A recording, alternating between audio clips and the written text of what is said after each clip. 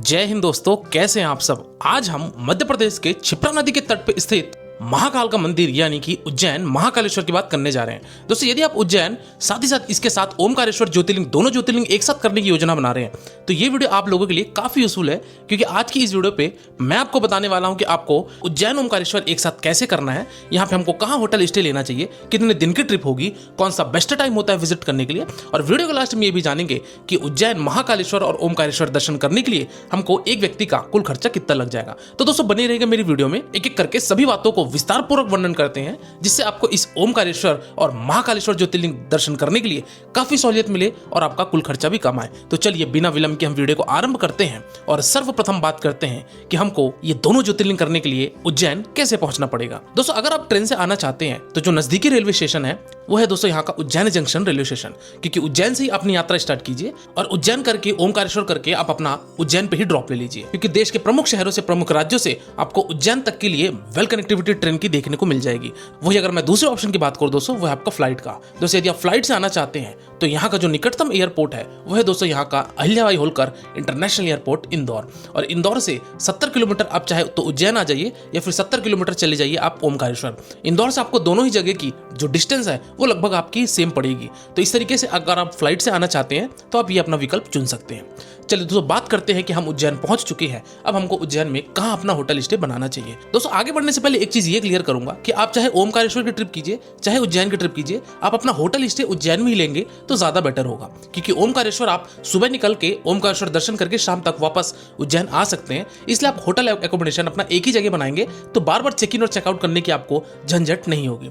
तो मैं अपना स्टे बनाता हूं उज्जैन पे। पहले दिन मैं उज्जैन रेलवे स्टेशन से बाहर आया और यहाँ पे मैं इंदौर गेट के पास यहाँ पे ढेर सारे होटल थे, यहाँ से मैंने होटल लिए। होटल के रेट की अगर बात की जाए दोस्तों तो 1000 रुपए 1200 रुपए में आपको मस्त एसी रूम देखने को मिल जाएगा, जो कि एक नॉर्मल डीलक्स रूम होते हैं। ज्यादा अगर आप पैसा देंगे तो आपको जाहिर सी बात है कि 3 स्टार प्रॉपर्टी भी मिल जाएगी। हालांकि दोस्तों महाकाल कॉरिडोर के अंदर यहाँ पे महाकालेश्वर ट्रस्ट का भी रूम मिलता है, लेकिन यहाँ पे दोस्तों आपको रूम ज्यादातर सोल्ड आउट ही मिलते हैं, तो इसलिए बेटर है कि प्राइवेट होटल्स ले लीजिए। वहां पहुंचकर अगर आपको सोल्ड आउट बोल दिया जाएगा तो अल्टीमेटली आपको बाहर ही आना पड़ेगा। तो इस तरीके से आप यहाँ इंदौर गेट के पास होटल ले सकते हैं, जो कि रेलवे स्टेशन के समीप में है। वही अगर आप मंदिर के आसपास लेना चाहते हैं होटल, वहां भी ले सकते हैं, लेकिन वहां पे होटल्स थोड़े से निम्न स्तर के मिलते हैं, क्योंकि काफी पुराने होटल होने के कारण लॉज और गेस्ट हाउस ही होते हैं, इसलिए वहां पे आपको ज्यादा फैसिलिटी प्रोवाइड नहीं हो पाएगी। तो इस तरीके से अपना होटल एकोमोडेशन बना लीजिए। बात करते हैं कि खाने पीने की, तो खाने पीने की भी यहाँ पे आपको शुद्ध शाकाहारी भोजन यहाँ पे आपको उज्जैन में हर एक रेस्टोरेंट पे देखने को मिल जाएंगे, और बहुत ही अच्छा भोजन मिलता है, जो कि 100 रुपए से 150 रुपए में आप भरपेट खाना खा लेंगे।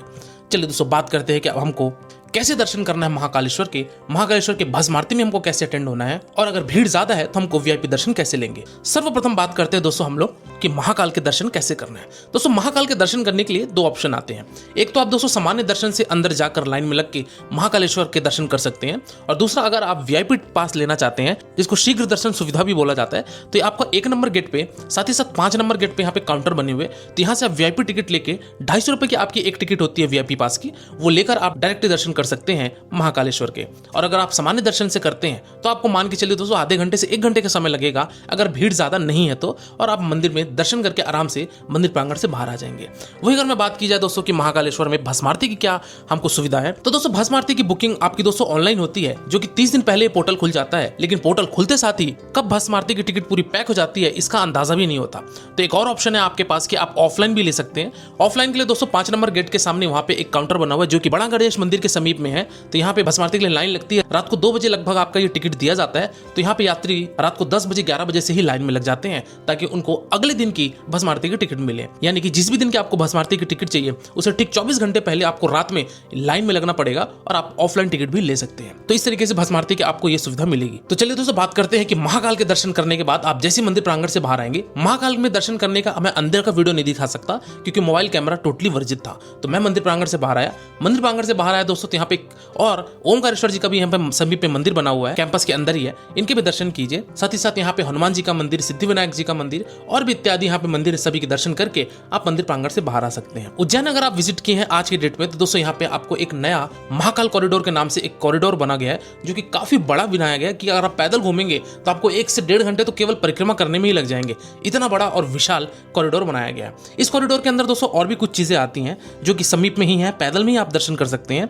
वो है दोस्तों यहाँ पे भारत माता जी का मंदिर, जो कि 1 नंबर गेट से अगर आप जाएंगे तो लगभग आपका 300 से 400 मीटर में पड़ेगा। इसी के समीप पे एक बड़ा गणेश जी का मंदिर है। इस बड़े गणेश मंदिर में जाकर आप गणपति बप्पा जी के भी दर्शन कर सकते हैं। साथ ही साथ यहाँ पे एक विक्रमादित्य की एक बड़ी सी विशाल प्रतिमा है, यहाँ भी जाके आप देख सकते हैं। और यहाँ पे एक हर सिद्धि माता जी का मंदिर है जो कि शक्तिपीठ है, तो यहाँ भी जाके आप माता जी के दर्शन कर सकते हैं। ये सारी चीजें आप दोस्तों पैदल ही घूम सकते हैं क्योंकि यहाँ पे गाड़ियां नहीं जाती हैं। चलिए दोस्तों बात करते हैं कि अब हमको वाहन से कौन कौन से साइट सीइंग करने हैं उसकी बात करता हूँ। अगर आप वाहन से घूमना जाना चाहते हैं तो सर्वप्रथम अगर बात की जाए तो वह दोस्तों यहाँ पे मंगलनाथ मंदिर।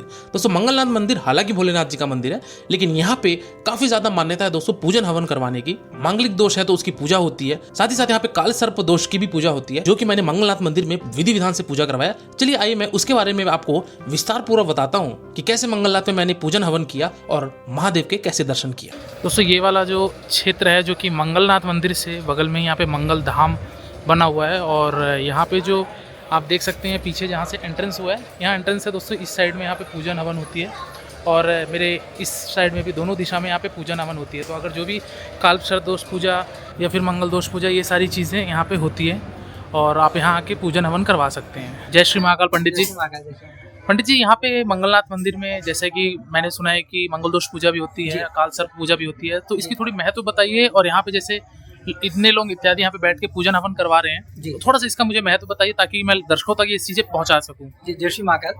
मैं पंडित गजेंद्र शास्त्री उज्जैन से। ये जो मंदिर है भगवान मंगल की चरण सन्निधि में अपन यहाँ पर बैठे हैं। मंगल भगवान का जन्म स्थान है यहाँ पर। जी, भगवान जो मंगल है उनका जन्म स्थान यहाँ पर है।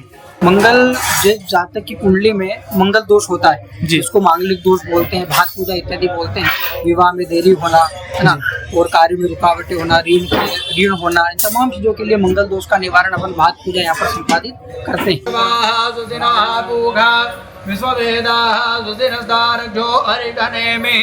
स्वस्ति नो बृहस्पतिर्दधातु स्वस्ति स्वया विनाशाख्या पुण्यकल्याणवर्धिता विनायक प्रिया नित्यां त्वां स्वस्तिं कुर्वन्तु नः हस्ते अक्षतानि। दोस्तों मंगलनाथ में पूजा करने के बाद अब हम जा रहे हैं मेन मंगलनाथ मंदिर के अंदर भात पूजा कराने। भात पूजा की हमारे पास इस तरीके से ये थाली तैयार है। तो ये भात पूजा अभी वहीं होती है मेन मंगलनाथ मंदिर में भोलेनाथ के पास, लेकिन वहाँ पे अभी वीडियोग्राफी अलाउ नहीं करके मैं आपको नहीं दिखा सकता, इसलिए मैंने आपको यहीं पे इन्फॉर्मेशन दे दी। तो जब भी आप यहाँ पे मंगल दोष पूजा करवाएंगे यहाँ पे मंगल धाम में, तो जैसे पता है वहाँ पे मंगल धाम, और ये फ्रंट में आप देख सकते हैं ये है एंट्रेंस गेट मंगलनाथ मंदिर का। अपना सीधा हाथ आगे रखो, आगे बढ़ो, जल नीचे नहीं गिरना चाहिए। अपने मिठाई के आसपास 3 बार जल घुमाकर सामने छोड़ दो।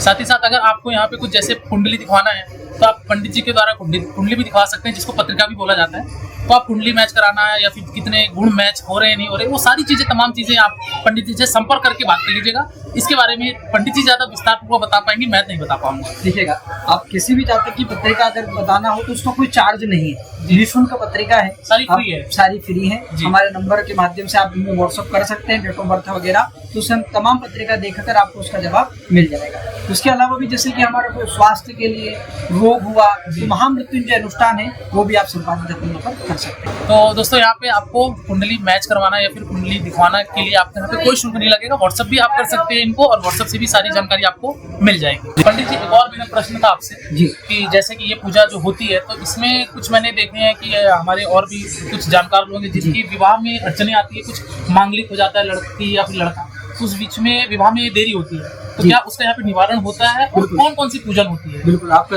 बिल्कुल सही प्रश्न है। देखिएगा, मंगल पूजा जो है विवाह में बाधक बनना सबसे मंगल पूजा होता है जी। मंगल का जो जन्म स्थान है वो उज्जैन में बताया गया है।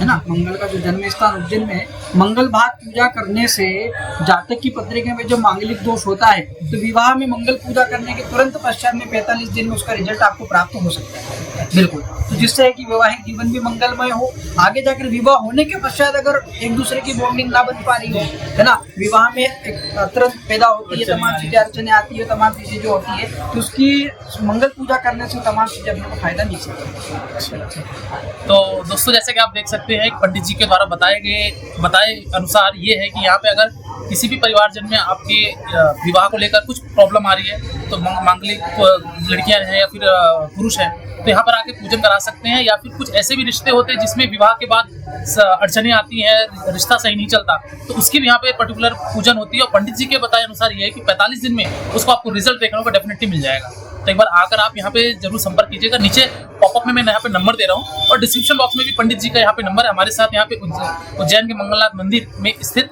गजेंद्र शास्त्री जी यहाँ पे सामने बैठे हुए हैं, तो उनसे आप संपर्क करके जो भी आपको पूजन हवन करवानी है आप इनसे संपर्क करके बात कर सकते हैं। तो दोस्तों ये रहा मंगलनाथ मंदिर का एक संपूर्ण विवरण कि हमको दर्शन कैसे करना है और पूजन हवन कैसे करनी है। चलिए बढ़ते हैं हम अगले साइड सीइंग की तरफ। वह दोस्तों यहाँ पे उज्जैन के काल भैरव मंदिर। दोस्तों काल भैरव मंदिर में भी भीड़ ज्यादा होने की वजह से यहाँ पे लाइन काफी दूर से ही लगा दिया जाता है। सबसे पहले आप जैसे प्रवेश द्वार से एंट्री करेंगे, यहाँ पे एंट्री करते हुए आप देखेंगे कि लगभग आपको जो भीड़ देखने को मिलेगी वो तकरीबन मान के चलिए कि आधे घंटे से 1 घंटे की भीड़ अवश्य रहेगी, क्योंकि काल भैरव में आपको दोस्तों इतना समय तो मिनिमम लगता ही है। काल भैरव में दोस्तों वर्तमान समय पे मैं भी दर्शन किया, जो दारू चढ़ता था काल भैरव को वो अभी फिलहाल के लिए बंद कर दिया गया है। तो इस तरीके से दोस्तों काल भैरव जी के दर्शन कीजिए। इसके पश्चात आप निकल पड़िए एक और फेमस पॉइंट पे जो कि मंगलनाथ मंदिर के समीप पे बना हुआ है, और वो है यहाँ का महर्षि संदीपनी आश्रम, जो कि कृष्ण जी की पाठशाला के नाम से ये जाना जाता है। यहाँ पे जैसे आप महर्षि संदीपनी आश्रम में विजिट करेंगे, सबसे पहले दोस्तों यहाँ पे आपको कुंडेश्वर महादेव जी का मंदिर मिलेगा, इनके दर्शन कीजिए।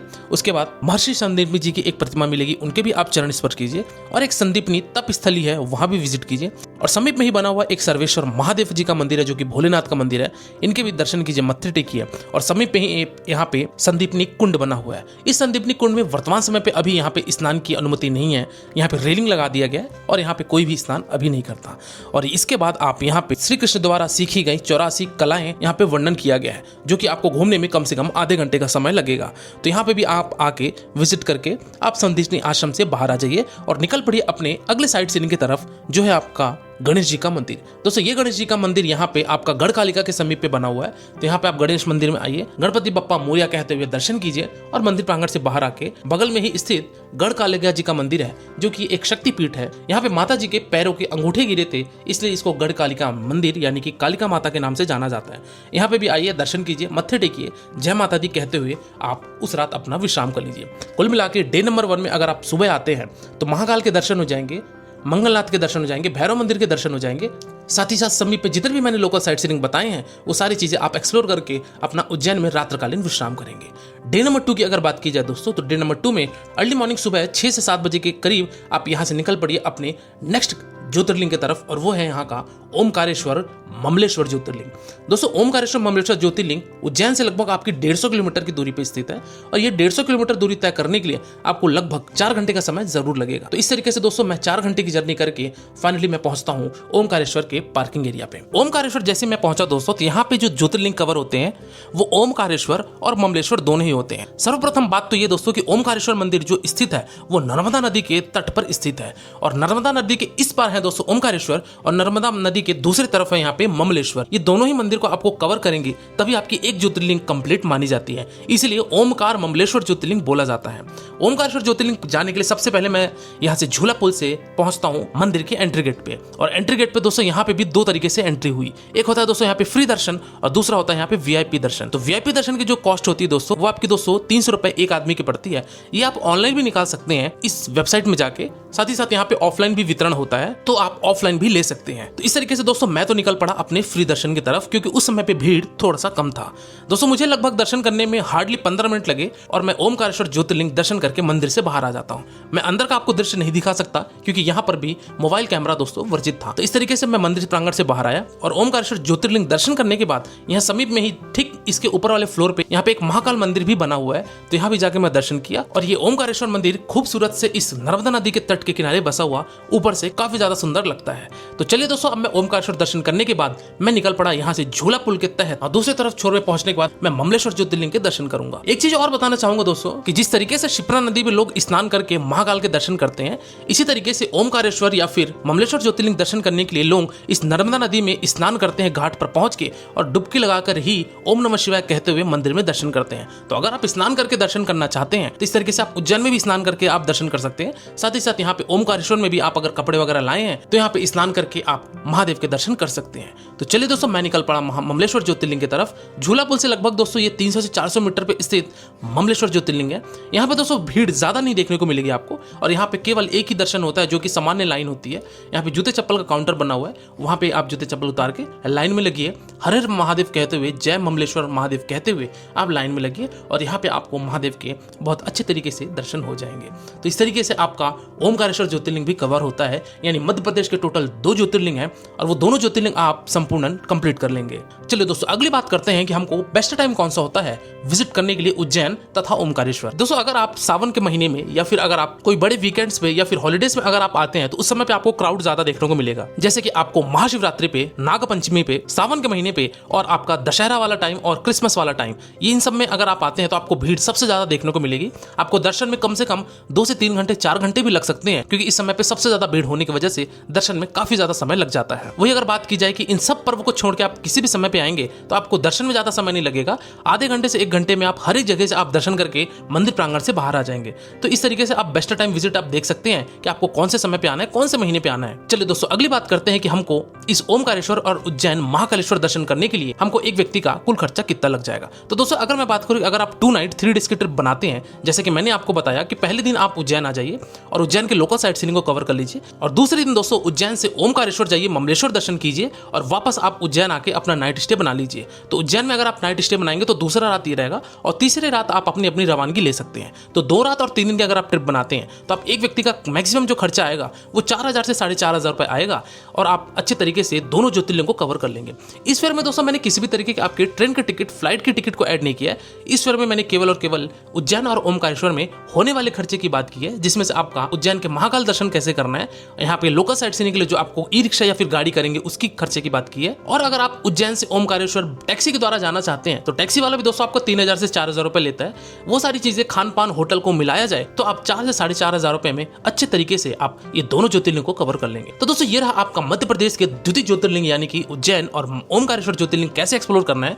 इसके बाद भी दोस्तों, अगर आपके मन में कोई डाउट है या आपके मन में कोई प्रश्न है तो आप मेरे इंस्टाग्राम यात्रावास आईडी को विजिट कीजिए। डेफिनेटली आपको मेरे द्वारा या हमारी टीम के द्वारा आपको रिप्लाई दिया जाएगा, और आप किसी दूसरे वीडियो में खो जाए इससे पहले आप मेरे चैनल यात्रावास को सब्सक्राइब कीजिए। आज की वीडियो में दोस्तों फिलहाल इतना ही। मिलते हैं फिर एक नई वीडियो में एक नई यात्रा के साथ, एक नए विषय के साथ। तब तक के लिए शुक्रिया।